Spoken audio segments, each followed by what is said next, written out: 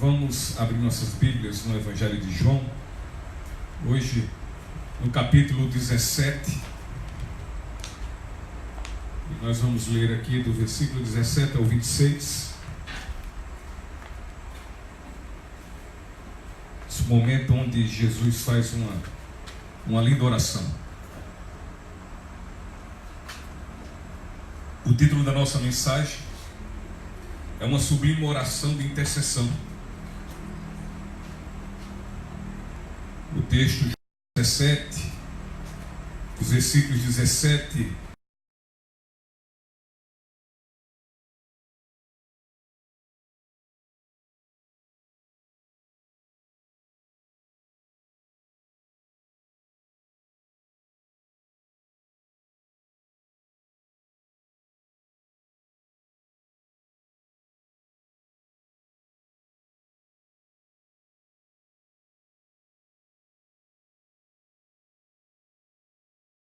bem por aqueles que crerão em mim, por meio da mensagem deles, para que todos sejam um, Pai, como tu estás em mim e eu em ti, que eles também estejam em nós, para que o mundo creia que tu me enviaste. Dei-lhes a glória que me deste, para que eles sejam um, assim como nós somos um, eu neles e tu em mim, que eles sejam levados à plena unidade, para que o mundo saiba que tu me enviaste e os amaste, como igualmente me amaste.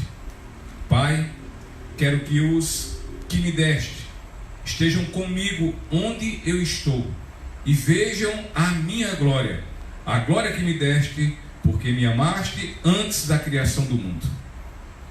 Pai justo, embora o mundo não te conheça, eu te conheço, e estes sabem que me enviaste. Eu os fiz conhecer o teu nome e continuarei a fazê-lo, a fim de que o amor que tens por mim esteja neles e eu neles esteja. Irmãos, inexiste em toda a palavra de Deus, em todas as promessas do Senhor, qualquer afirmação que um cristão ele terá uma vida somente de vales floridos e de caminhos planos. Um cristão ele pode ser afligido por provações permitidas e também preparadas pelo Senhor. O Salmo 34, versículo 19, diz assim: o justo passa por muitas adversidades, mas o Senhor os livra de todas. Queridos, com muita facilidade, nós haveremos de encontrar inúmeras pessoas que passam a fazer parte, ou melhor, a frequentar as igrejas, e por frequentar atribuem a si serem cristãs, elas se denominam cristãs.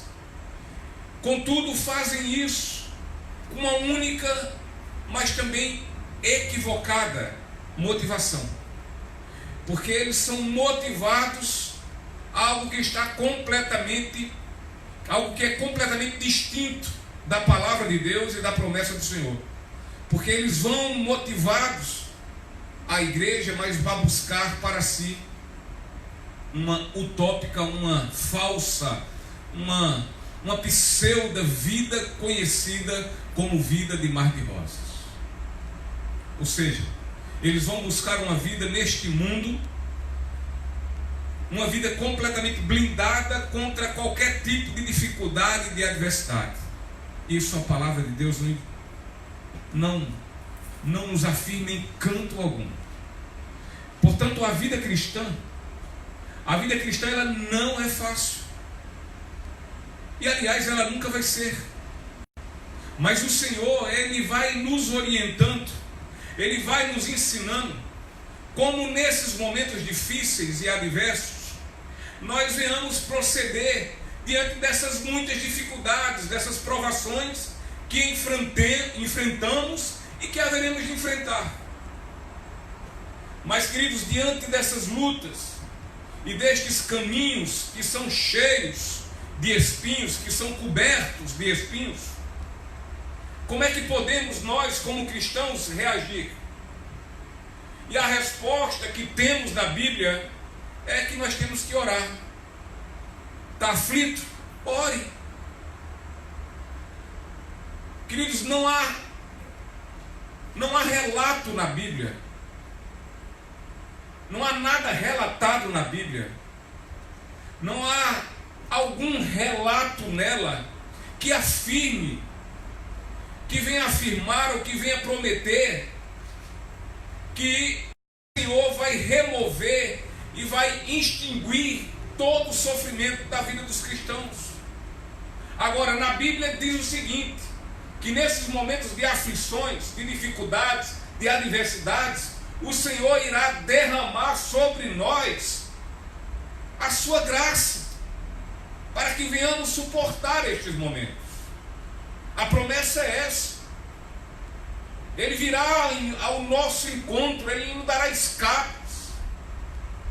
O apóstolo Paulo, ele muito bem viveu isso.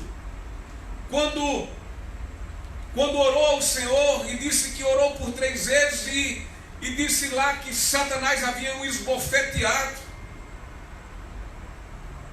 Contudo, o Senhor, a resposta qual foi? A resposta foi que a graça do Senhor lhe era bastante, era suficiente.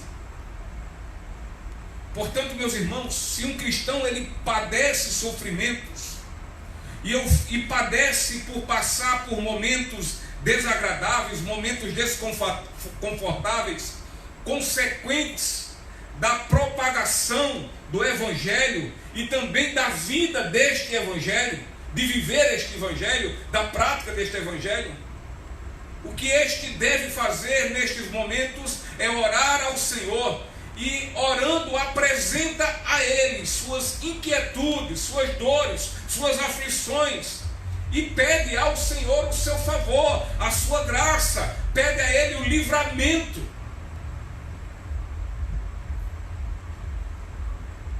Agora, esse livramento, essa paz, ela pode vir pelo livramento, o livramento do sofrimento ou o livramento no sofrimento. Se um cristão vivencia em sua vida momentos bons e favoráveis, não diferente, entretanto, quando ele enfrenta esses momentos que são bons, que está tudo em paz, que o céu está muito azul, a oração agora, entretanto, é uma oração de louvor, é uma oração de glorificação ao Senhor. Um cristão, ele evidencia que nele há maturidade espiritual quando em qualquer tempo ou circunstância ele ora ao Senhor. O nosso grau de maturidade estabelece-se, ou pelo menos torna-se evidente, quando nos momentos de dificuldades, em vez de nós nos desesperarmos, aí nós, em vez disso, nós orarmos ao Senhor. Isso vai evidenciar maturidade, confiança, crescimento. Porque tal cristão, diante de suas lutas e enfrentamentos, sempre apresenta-se a Deus numa vida de constante oração. Um cristão, ele tem que orar. Ele não vive. Um cristão, ele não vive ardendo em amargura. Um cristão, ele não vive cheio de lamúrias e murmúrios. O cristão que é maduro, este cristão, ele não se deixa se levar. Ele sofre muitas pressões, mas ele não desanima. Ele vive pressionado, mas não desanimado. O cristão, ele é tomado por surpresa, mas sendo surpreendido, ele não se desespera. O cristão, ele sofre perseguições, mas ele sabe que está amparado. O cristão, ele é enfraquecido em meio às perseguições, em meio às grandes lutas. Ele é enfraquecido e levado até mesmo à morte, mas ele jamais será destruído. E este cristão, ele apresenta sua causa a Deus, e quando apresenta a causa ao Senhor, ele espera, e espera com paciência. Esperar com paciência é dizer: Senhor, eu confio em Ti. Eu confio que as minhas mãos, a minha vida está muito bem guardada em Tuas mãos, Senhor. Ou seja, ele fica esperando confiantemente a resposta do Senhor. Ou seja, ou ele espera o livramento, ou ele espera a graça. Um cristão diante de impossibilidades na sua vida, ele não perde seu tempo se desesperando e lutando contra aquilo que é impossível lutar. Ao invés disso, ele toma uma posição, e essa posição é uma posição de sinceridade, é uma posição verdadeira e humilde de oração. O cristão, ele precisa orar. Nós precisamos orar, meus irmãos. Orar é atitude de fé. Orar é atitude de confiança. Orar é confessar a Deus a nossa falibilidade, o quanto nós somos fracos. Orar é mostrar ao Senhor a nossa fraqueza, é confessar: eu sou fraco, Senhor, eu dependo de Ti. Ao dizer que eu sou fraco e que eu preciso, eu careço dele, é dizer: Senhor, eu estou. Vamos entender e confiar que tudo na vida de um cristão ocorre com a soberana permissão de Deus. E tudo isso está vinculado ao propósito que Ele tem em nossas vidas. Tudo é para o benefício dos que amam a Ele. Tudo é para o louvor da sua glória. É a promessa que tem em Romanos 8:28. E essa promessa, segundo Paulo, diz que todos que amam ao Senhor sabe que todas as coisas cooperam e contribuem para o bem daqueles que amam ao Senhor, e são chamados segundo os seus propósitos, os seus planos, os seus projetos. E queridos, além do cristão orar por sua vida, ele deve orar também intercedendo pela vida dos outros. Se nós lermos lá no capítulo 5 de Tiago, nós vamos verificar que devemos orar pelos que sofrem. Nós temos que orar pelos que estão enfermos. Nós devemos orar pelo avivamento dos crentes. E esse avivamento está refletido numa vida de obediência e de santidade. Nós devemos também lembrar-nos de orar pelas almas perdidas, porque um dia fomos um. Quando oramos com nossos corações cheios de compaixão, cheios de misericórdia, por aqueles que sofrem, por aqueles que estão doentes, pelas vidas santas dos cristãos e pela salvação dos perdidos, olha, com toda certeza, a minha e a sua oração, ela vai subir ao trono da graça em favor de todos aqueles que nós estamos intercedendo.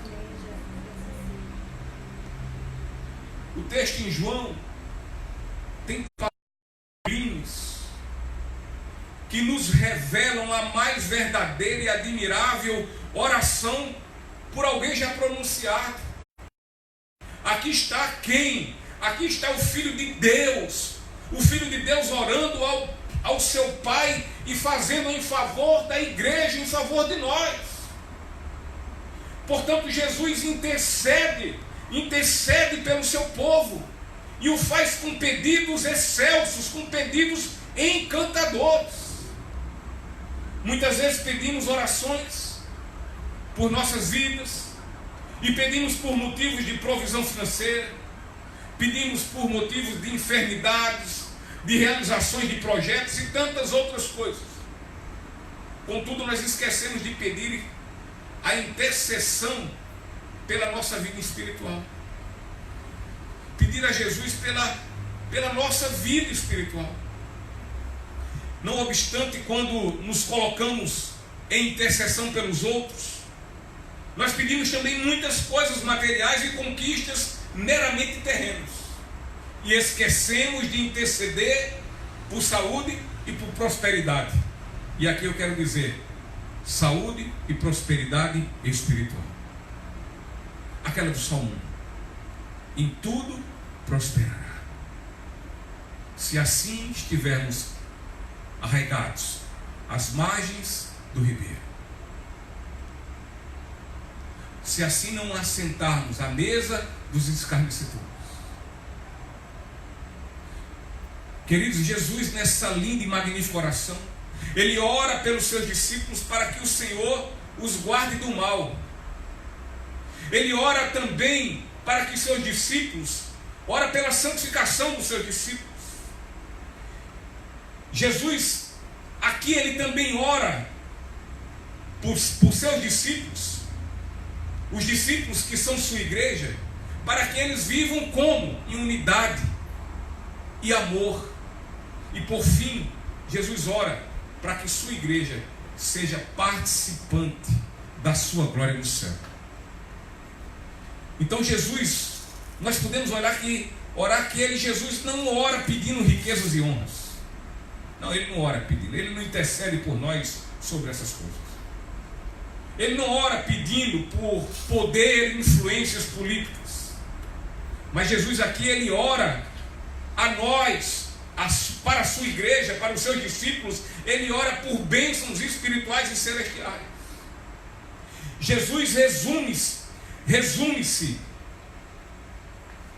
ele resume a sua esplendorosa oração, quando ele pede ao Pai, ele resume para que guarde seus discípulos, para que os proteja do mal, que os separe deste mundo, e não que os deixe igual ao mundo, que os capacite para que o propósito da sua salvação venha ao fim trazer o seu resultado, ou seja, glorificar o Pai e o Filho, e por fim, para que eles sejam levados, a igreja seja levada, salvos para o céu. Portanto, queridos, nós estamos aqui diante dos três pedidos mais importantes, dos três pedidos mais valiosos que Jesus fez em sua oração intercessora ao Pai por nós, a sua igreja. E portanto eu quero observar junto com vocês estes pedidos para que venhamos interceder como irmãos uns pelos outros, da mesma forma que Jesus intercedeu.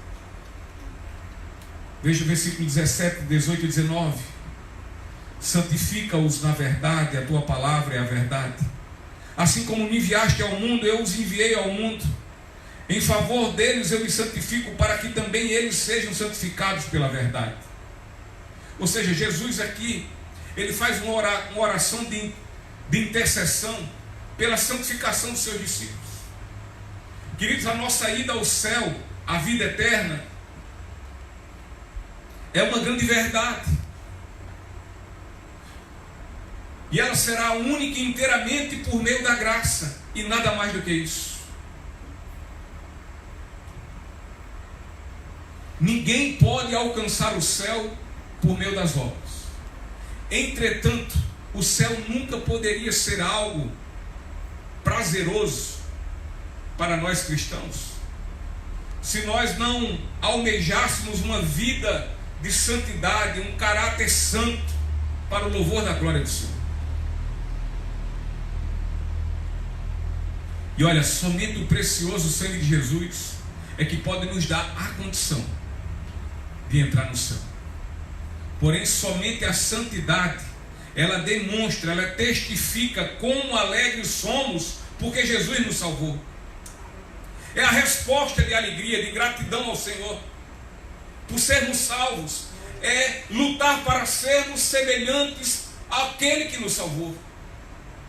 E é para ter alegria, não é para ser algo penoso, pesado, difícil sim para nós, mas não pode ser penoso. Deve ser desejo no coração. A palavra de Deus não somente contém a verdade, mas a palavra de Deus, ela é a própria verdade. Portanto, sem o conhecimento da palavra, é impossível haver um crescimento ou prosperidade espiritual e, consequentemente, viver a santidade que Deus pede que nós venhamos viver. É ela quem vai nos orientar. E Jesus aqui está pedindo ao Pai para tornar seus discípulos santos. É o que Jesus pede. Santifica-os.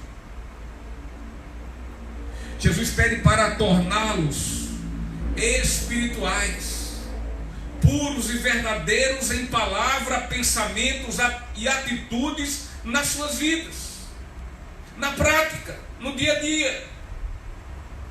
Tendo dessa forma o caráter transformado segundo a mente de Cristo. Então, queridos, a graça já havia chamado aqueles discípulos à salvação. Aqueles discípulos, eles já haviam sido justificados em Cristo Jesus. Eles já haviam experimentado o sobrenatural do novo nascimento. Mas agora o pastor fiel e santo, o pastor da igreja, o único pastor da igreja, o líder e o cabeça dela, ele ora ao Pai Celestial para que a obra graciosa de regeneração continue, dê continuidade. E então o seu povo seja santificado, e a cada dia este povo passe a se assemelhar com sua imagem justa e santa. Agora o Senhor já o salvou. Eu agora já consumei. E eu lhe peço, Senhor, que agora essa regeneração continue dia após dia. Nós somos salvos. Nós fomos salvos. E esse processo agora chama-se nós estamos sendo salvos. Para fim ser salvos de uma vez por todas. Sou salvo, estou sendo salvo e serei salvo.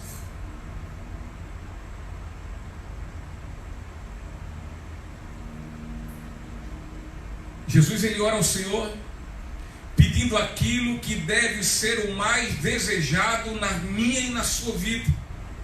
Na vida de todo verdadeiro servo de Deus deve ter o desejo do que o Senhor pediu, de santificar-se, de lutar contra o pecado, de lutar contra nós mesmos, contra os nossos desejos. Pois, queridos, buscar de todo o coração viver uma vida de santidade é a prova exatamente mais que cabal do cristianismo. É o que testifica o cristianismo nas nossas vidas. É querermos ser santo como santo ele é, ainda que nunca consigamos. Mas que haja desejo, que haja esse ardente desejo. A vida de santidade é algo que evidencia plenamente todo aquele que foi salvo um dia pelo Evangelho. É o que testifica. Não é porque faz parte da igreja, não é porque já foi batizado, não é porque é pastor, não é porque é tocador, toca no louvor, parte do ministério, porque faz Evangelho. Não! Faz evidentemente. Mas não é isso tudo. Não é isso que vai demonstrar ou vai testificar de fato o quanto nós somos agraciados. E por sermos agraciados, nós entendemos isso e, portanto, buscamos exercer nas nossas vidas aquilo que Jesus pede nessa oração, para que o Senhor nos santifique.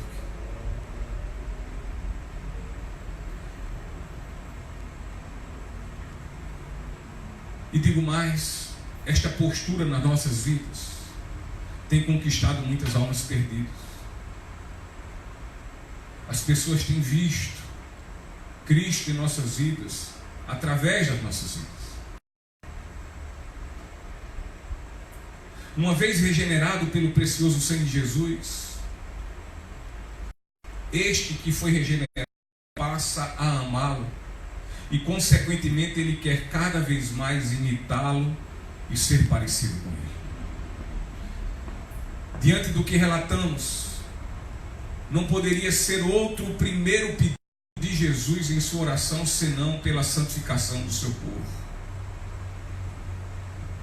Queridos, quem poderia dentre os salvos deixar de reconhecer que santidade significa uma vida de felicidade e de paz com Deus?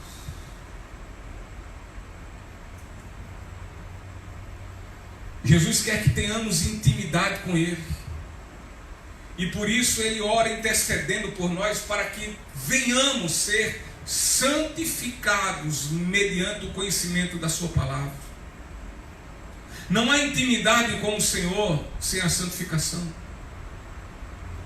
Todos quantos desprezam e negligenciam a santidade e as boas obras, com a desculpa que são salvos mediante a fé, estes atestam, comprovam claramente que nunca e em tempo algum tiveram suas mentes transformadas por Cristo. Nunca tiveram de fato um legítimo e verdadeiro encontro com Jesus. Eles não querem ser parecidos com quem? Com o seu Senhor. Eles não desejam isso. Eles desejam a misericórdia, eles desejam a graça, mas eles não querem viver como quem foi agraciado e com quem recebeu, e como quem recebeu misericórdia.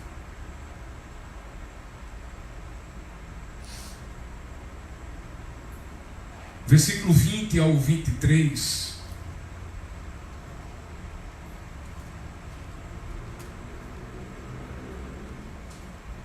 Jesus orou intercedendo pela unidade de sua igreja.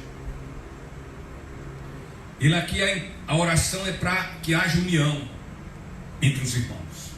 Ele diz: minha oração não é apenas por eles, rogo também por aqueles que crerão em mim por meio da mensagem deles, para que todos sejam um. Pai, como tu estás em mim e eu em ti, que eles também estejam em nós, para que o mundo creia que tu me enviaste. Dê-lhes a glória que me deste, para que eles sejam um, assim como nós somos um, e eu neles e tu em mim. Que eles sejam levados à plena unidade, para que o mundo saiba que tu me enviaste e os amaste, como igualmente me amaste. Então, queridos, entre outras coisas que têm causado escândalos diante dos olhos da humanidade, e de alguma forma enfraquecido a igreja, são as divisões, são as contendas, são as brigas, são as intrigas. Agora, bem verdade, isso em nada vai enfraquecer o Evangelho. Enfraquece os crentes, enfraquece os cristãos, enfraquece seus testemunhos, mas não o Senhor da igreja. Ele continua sendo Deus do mesmo jeito.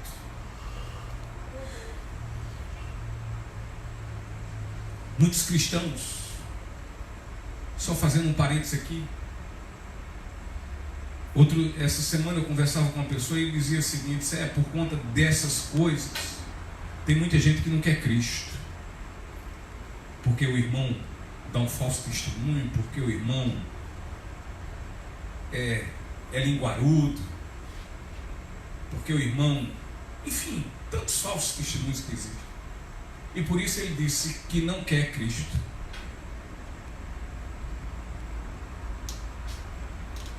Eu entendo que isso é uma verdade, e pode ser uma verdade, Agora não é uma verdade que vai justificá-lo no dia, como foi cantado aqui por Micaela, no dia quando todo joelho se dobrará diante dele.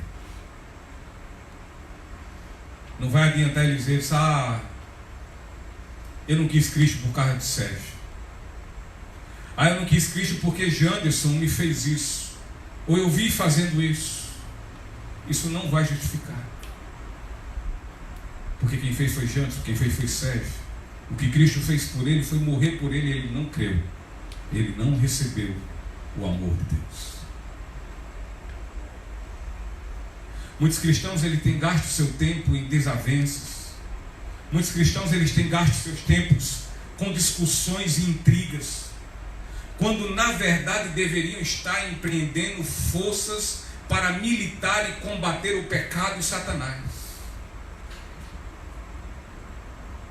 Ultimamente, olha, eu estou de saco cheio. No domingo eu falei aqui, Patrícia não está rindo, eu estou de saco cheio com esse negócio de calvinista, arminiano. Olha, eu estou que não aguento mais. Está me dando náuseas. Esse povo se digladiando, se desrespeitando por coisas que são secundárias, terciárias, que não tem porquê do que estão acontecendo, entre outras questões. Essa semana um grupo, Patrícia, num grupo que eu fazia parte, que eu pensei que ali eu ia me edificar, mas já saí dele, graças a Deus. O cara chegou lá e viu, né, aqueles vídeos que eu posto, aí viu essa luz aqui, ó, que fica refletindo na cruz. Aí botou lá um comentário, e essa luz? Eu fui de doido, né? Já sabia, já sei o que é que eu vi por aí. E essa luz? Eu digo, não entendi. Eles também não entendi. Como é que você é reformado e o culto não é reformado? Eu digo, você teve o trabalho de pelo menos ouvir a mensagem que eu preguei?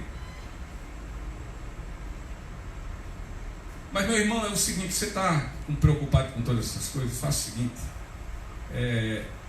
eu vi você discutindo com outro pastor em outra postagem, e você disse que ia pedir a exclusão daquele pastor do seu grupo.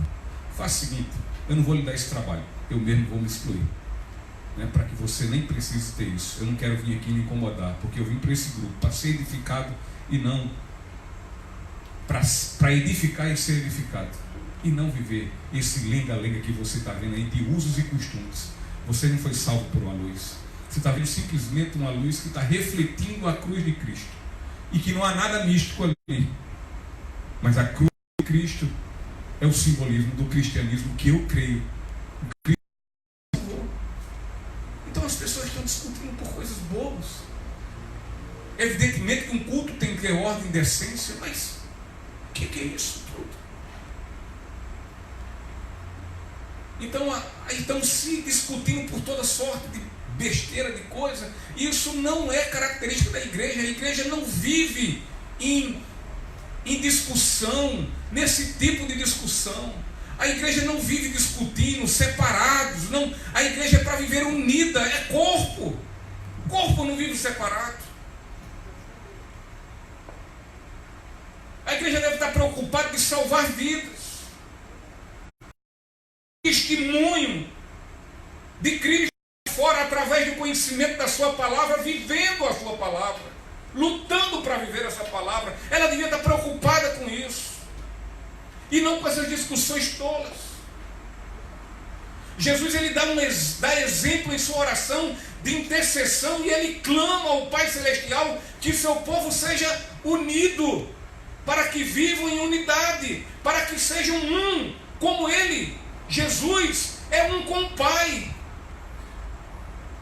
Jesus não refere aqui, ele não faz referência aqui à unidade como uma organização, como uma denominação.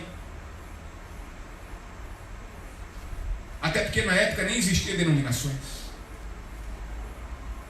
Também o que Jesus pede em seu coração de intercessão não diz respeito à questão de ecumenismo, ou seja, do ajuntamento das religiões, na velha desculpa que a teologia divide e que o amor une.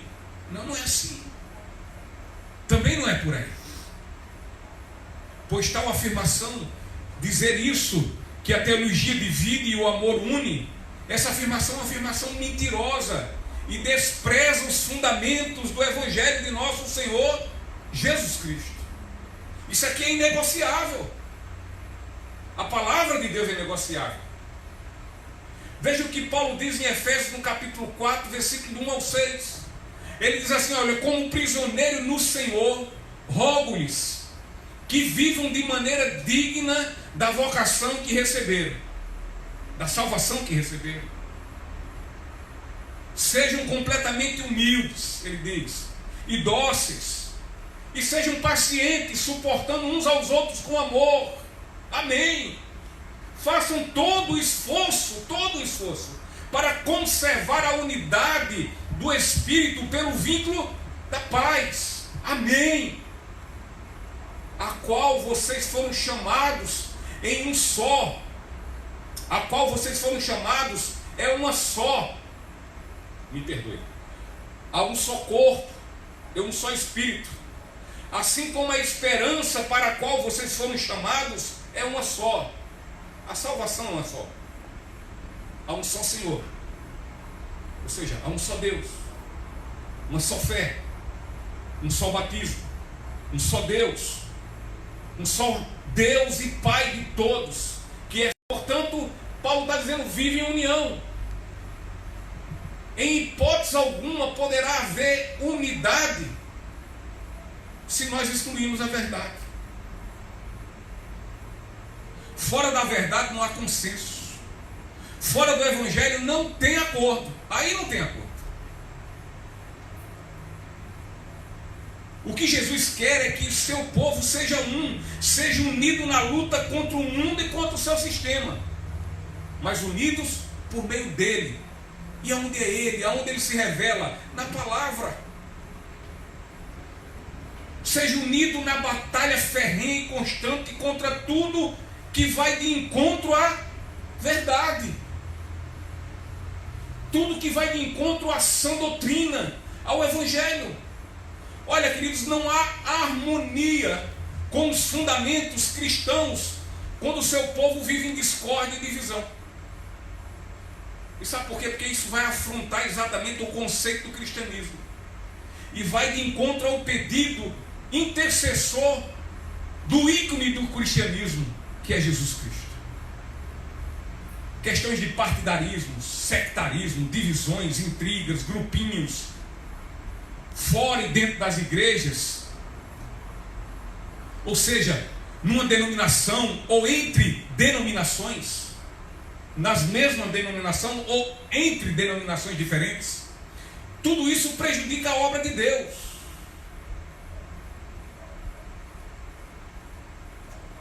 E quando prejudica a obra de Deus,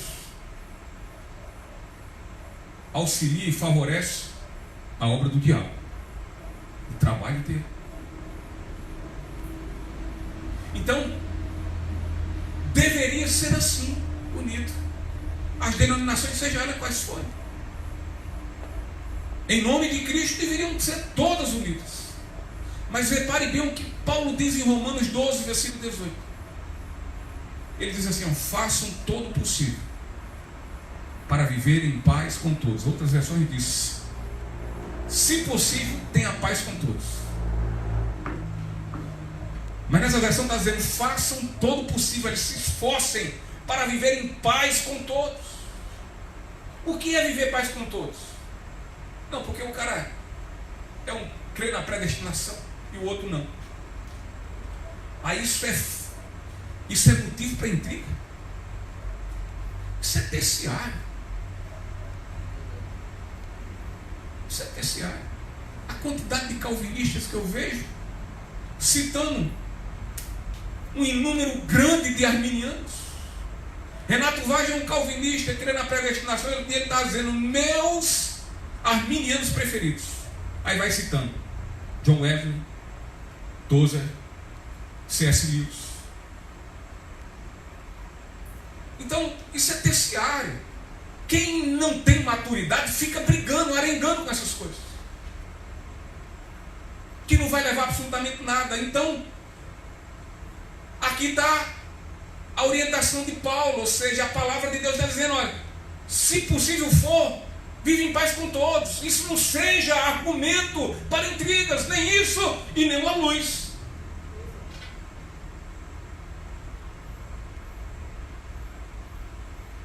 Nós precisamos ter o cuidado e muito esforço para suportar as muitas diferenças que nós temos. Um paletó não pode ser um motivo para uma briga, para uma discussão. Eu creio que eu preciso estar bem vestido, num paletó bem trajado. Bem, eu tenho meus motivos, eu me sinto nu sem um paletó. Pode ser, qual o problema? Agora, eu também não posso dizer que por conta que eu não estou de paletó, a pessoa venha julgar o meu cristianismo. Então isso está longe de nós perdermos tempo com essas coisas. Agora, se você for para a casa de alguém que lá gosta do paletó, então, meu filho, vá de paletó. Se possível, viva bem com todos. É a ordem aqui de Deus. Precisamos ter esse cuidado de suportar as nossas diferenças, e assim venhamos viver unidos. Agora, isso é importante agora para você. Fica valendo o que há pouco afirmamos, o que Paulo afirmou, quanto a ser impossível haver unidade e consenso quando a verdade das Escrituras foi ignorada. Aí pega fogo. Aí é inadmissível. É inegociável. Não temos como admitir. O limite chega aqui das nossas diferenças. Se a minha diferença da denominação tal começa aqui, então aqui começa, deixa de haver a unidade. E sabe por quê? Porque o cabeça deixa de ser Cristo naquilo que nós dividimos. 1 Pedro capítulo 3, versículo 15, 18 ao 18 diz: antes santifiquem Cristo como Senhor em seu coração, estejam sempre preparados para responder a qualquer pessoa que lhes pedir a razão da esperança que há em vocês. Contudo, façam isso com mansidão e respeito, conservando boa consciência, de forma que os que falam maldosamente contra o bom procedimento de vocês, porque estão em Cristo, fiquem envergonhados de suas calúnias. É melhor sofrer por fazer o bem, se for a vontade de Deus, do que por fazer o mal. Pois também Cristo sofreu pelos pecados, uma vez por todas, os justos pelos injustos, para conduzir-nos a Deus. Ele foi morto no corpo, mas vivificado pelo Espírito. Reflete a glória de Deus. Já uma igreja dividida, faccionada, movida por discórdia, por amargura, por sentimento de ódio, ela não pode dar testemunho de Jesus. Portanto, Jesus ele ora pelo seu povo, ele ora por causa da missão deste povo neste mundo. Para nós completarmos a missão, que nos foi dada, que nos foi comissionada, tem que haver unidade. Ninguém pode ver a Deus, isso é uma grande verdade, mas o mundo pode ver a glória e o amor de Deus na vida dos verdadeiros cristãos. O testemunho da igreja é o amor de Deus por ela expresso no próximo. Esse é o testemunho. É o amor de Deus que a igreja expressa na vida do próximo. Deus é amor. Quem ama é de Deus, mas todo aquele que não ama e diz conhecer a Deus, a Bíblia diz, é mentiroso. Pois se não ama o próximo que pode ver, como poderá amar a Deus aqui, que não vê? Então, queridos, como a igreja pode pregar comunhão com o Deus do amor, se gasta suas forças com batalhas internas dentro da igreja, internas na igreja, me perdoe? Um cristão, ele não tem como ofício a acusação. A função do cristão é essa: acusar, ser juiz. O cristão, ele pode, mediante a reta palavra, a reta justiça que é a palavra, ele pode julgar, em primeiro lugar, a si próprio. É assim que Jesus diz lá no Sermão do Monte: tira primeiro a travezinha do nosso olho para a gente julgar, tirar o cisco do outro. E isso a gente faz para tirar a trave do nosso olho, é fazendo uma reflexão da nossa vida em cima da palavra. Mas isso também é obrigação para com o irmão fazer esse julgamento, esse juízo. Não um juízo condenativo. Mas enfim, agora acusar, crucificar, não é função da igreja. Portanto, queridos, atuar dessa forma é afastar os pecadores de Jesus. E nós fomos reconciliados com Deus. Diz lá, 2 Coríntios capítulo 5, versículo 17, diz que somos nova criatura e por isso estamos em Cristo, e sendo assim, nascemos de novo, temos outra mente, etc. E lá vai dizendo, e Paulo vai dizendo que agora nós somos embaixadores de Cristo, reconciliadores. Fomos reconciliados em Cristo para agora sermos reconciliadores do mundo e no mundo. Então fomos reconciliados com Deus para reconciliar outros e não afastá-los. É trazê-los e não mandá-los embora. Não à toa é que nosso Senhor Jesus Cristo, ele orou ao Pai e pediu e clamou nessa sua oração dizendo: Pai, que esse povo, o povo que tu me destes, esse seu povo, seja um só. Um só povo.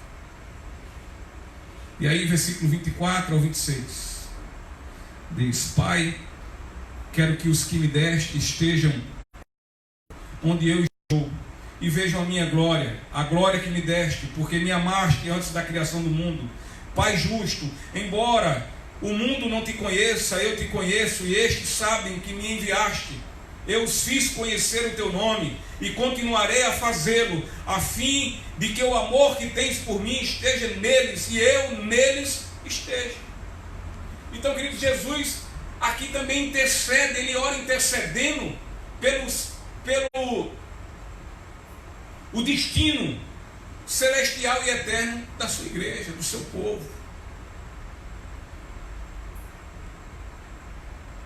E como a gente pode ver nesse pedido, como ele é confortante para todos nós.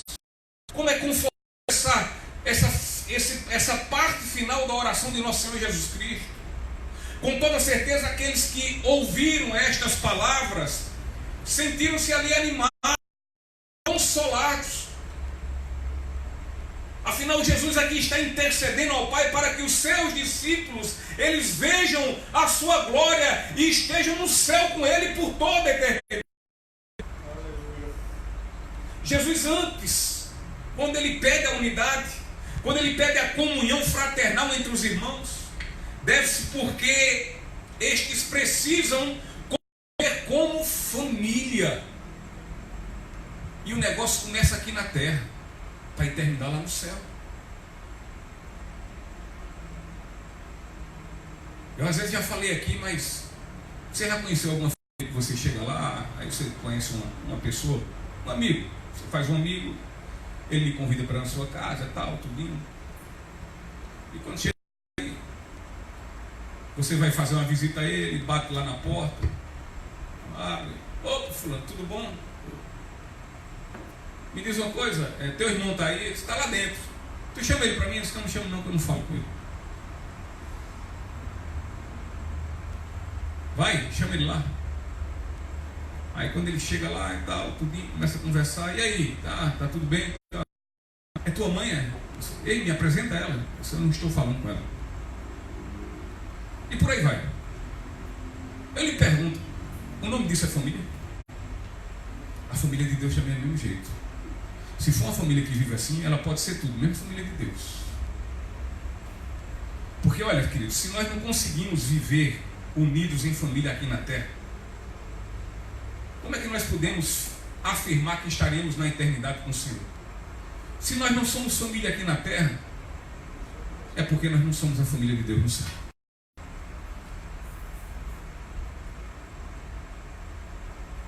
Precisamos aprender a viver como família, e é desde agora.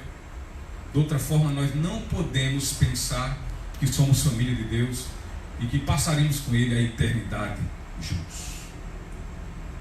Não podemos agora ver a Jesus, isso é um fato.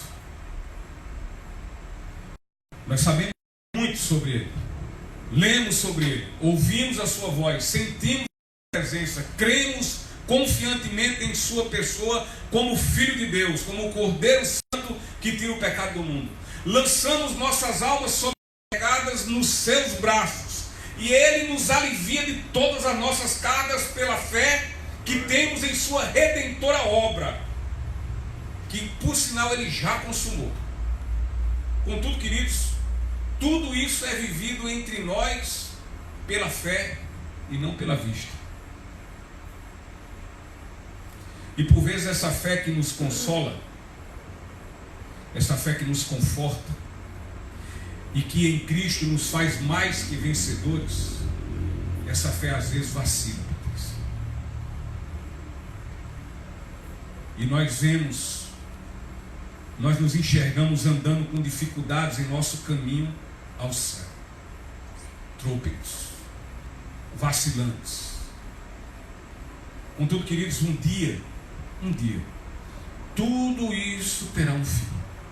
Toda luta, todo sofrimento, todo choro, toda lágrima, tudo isso acabará. Nesse grande dia, veremos ao nosso Senhor Jesus Cristo como de fato Ele o é. O conheceremos como agora, por Ele nós somos conhecidos. E nós iremos contemplá-lo face a face. E se vermos ao Senhor pela fé, tem sido uma alegria indizível. Você imagina como será isso quando tivermos presencialmente, frente a frente com Ele? Se hoje é na nossa vida uma alegria, e no grande dia, como será essa alegria? E não foi por nada as palavras do nosso irmão apóstolo Paulo, lá em 1 Tessalonicenses, no capítulo 4, versículo 18, quando ele diz: depois disso, os que estivermos vivos seremos arrebatados juntamente com eles nas nuvens para o encontro com o Senhor nos ares. E assim estaremos com o Senhor para sempre. E aí Paulo, no versículo 18, ele diz: consolem-se uns aos outros com estas palavras. Afinal, nós veremos face a face. Vai ter peleja, aperreio, dificuldade, mas no fim veremos o nosso Salvador.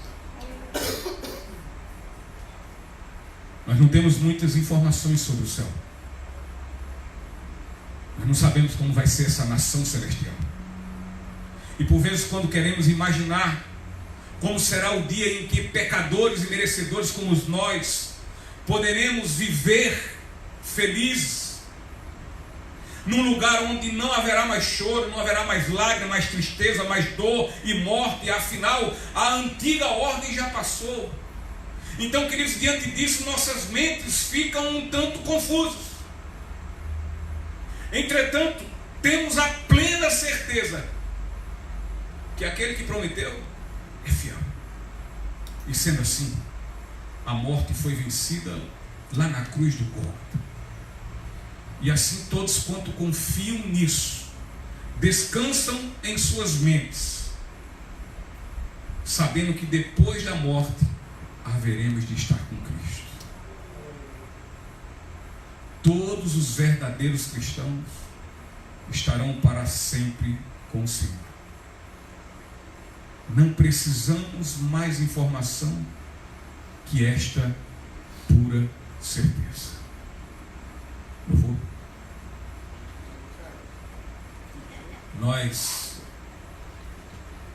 finalizaremos essa mensagem observando mais uma vez esta maravilhosa e sublime oração,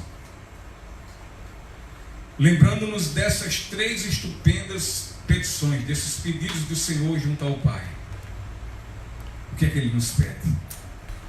Ele pede para o seu povo, para nós, a santificação.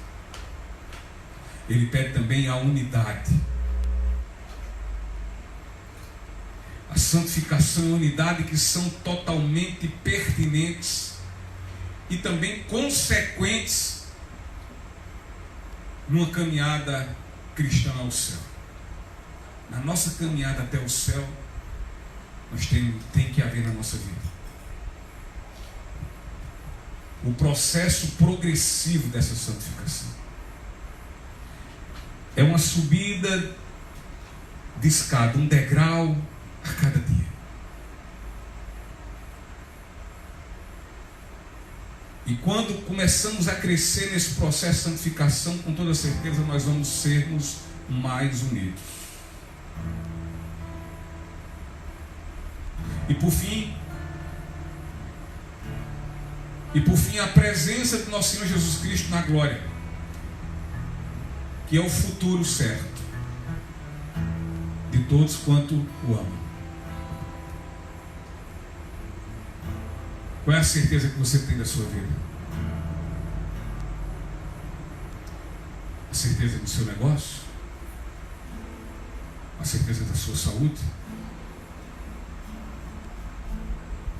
Qual é a certeza que você tem do amanhã? Está em que a sua certeza?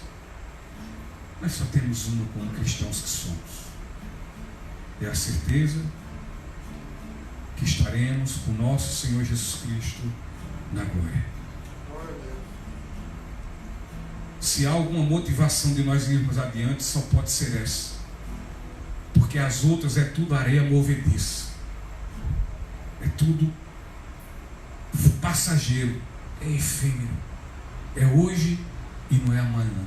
Mas a promessa do Senhor, essa se cumprirá conosco, em nossas vidas. Afinal, Ele é fiel. Que possamos orar sempre uns pelos outros. Não esqueçamos, irmãos, que nós não tenhamos as nossas orações egoístas. Senhor, me abençoa. Senhor, olha para a minha vida. Ainda que sua oração seja: Senhor, me santifica mais. Senhor, me faz mais disposto a te servir. Amém. Mas olha também: Senhor, eu quero orar pelos meus irmãos.